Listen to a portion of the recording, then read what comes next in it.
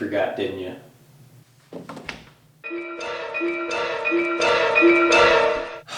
Fuck!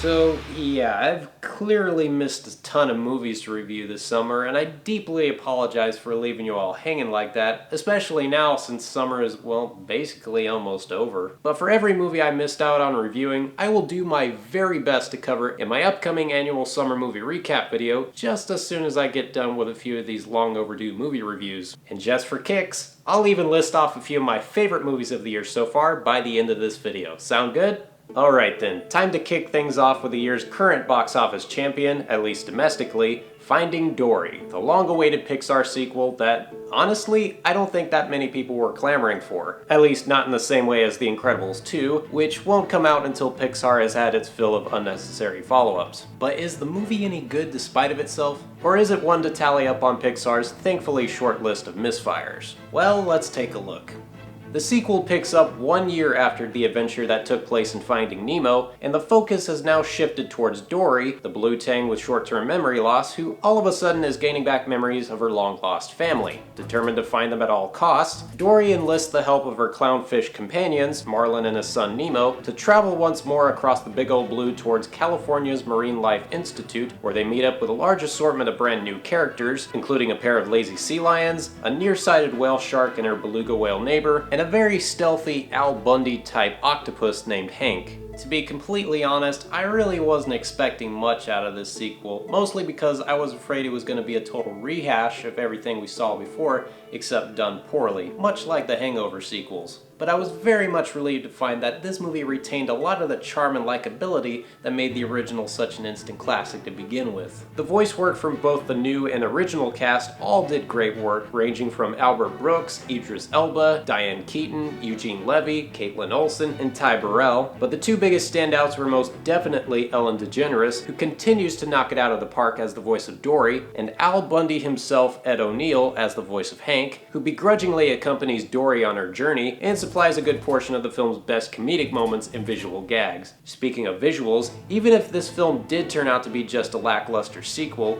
the animation is the one thing you could always count on Pixar for, and boy did they deliver with this film. From the various ways the specific character moves, to the intricate level of detail they put into creating these massive environments, it just never ceases to amaze me how increasingly beautiful their work has become with each passing film. As far as the story is concerned, I really liked where it took the character of Dory and how the more it delved into her past and her journey of self-discovery, it just gave most of us who grew up loving the character over the years an even deeper appreciation, and there were even a few moments where I honestly got a bit teary-eyed. So yeah, much to the surprise of no one, I thought this was an extremely well-made follow-up that consistently entertained me from beginning to end. Not a ton of gripes for me, save for a few recycled moments straight out of the first movie, especially near the beginning, as well as the out-of-place musical cue of Louis Armstrong's What a Wonderful World, which others have found funny. To me, it just left me feeling kinda confused. Other than that, Finding Dory left me satisfied just enough to see it 2 more extra times in the theaters, as well as give it an overall score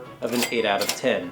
And as promised, here's a look at 5 of my favorite movies of 2016 so far. Starting in alphabetical order with Captain America Civil War, which knew how to properly showcase an emotional conflict between iconic superheroes, unlike that other movie. Taika Waititi's adventure comedy, Hunt for the Wilderpeople, which happened to be my favorite movie that played at this year's South by Southwest. Apologies once again for not doing a recap video on that. Then we have the equally funny crime caper slash buddy comedy, The Nice Guys, from the man who brought us Lethal Weapon and Kiss Kiss Bang Bang, followed by perhaps one of the strangest, most unique films to ever break wind on the silver screen, Swiss Army Man, and lastly, a film that not a whole lot of people have seen or even heard about, but should definitely seek out nonetheless, especially if you're a big fan of the horror genre, and that is The Wailing, an epic South Korean supernatural thriller that's just as bewildering as it is frightening. It certainly gives The Witch a good run for its money. With that said, our show is now concluded. I'm the host, and I will see you next time, hopefully much sooner than later, on another Midnight Movie Madness.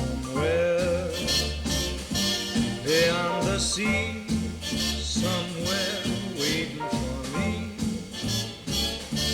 My lover stands on golden sands and watches the ships that go sailing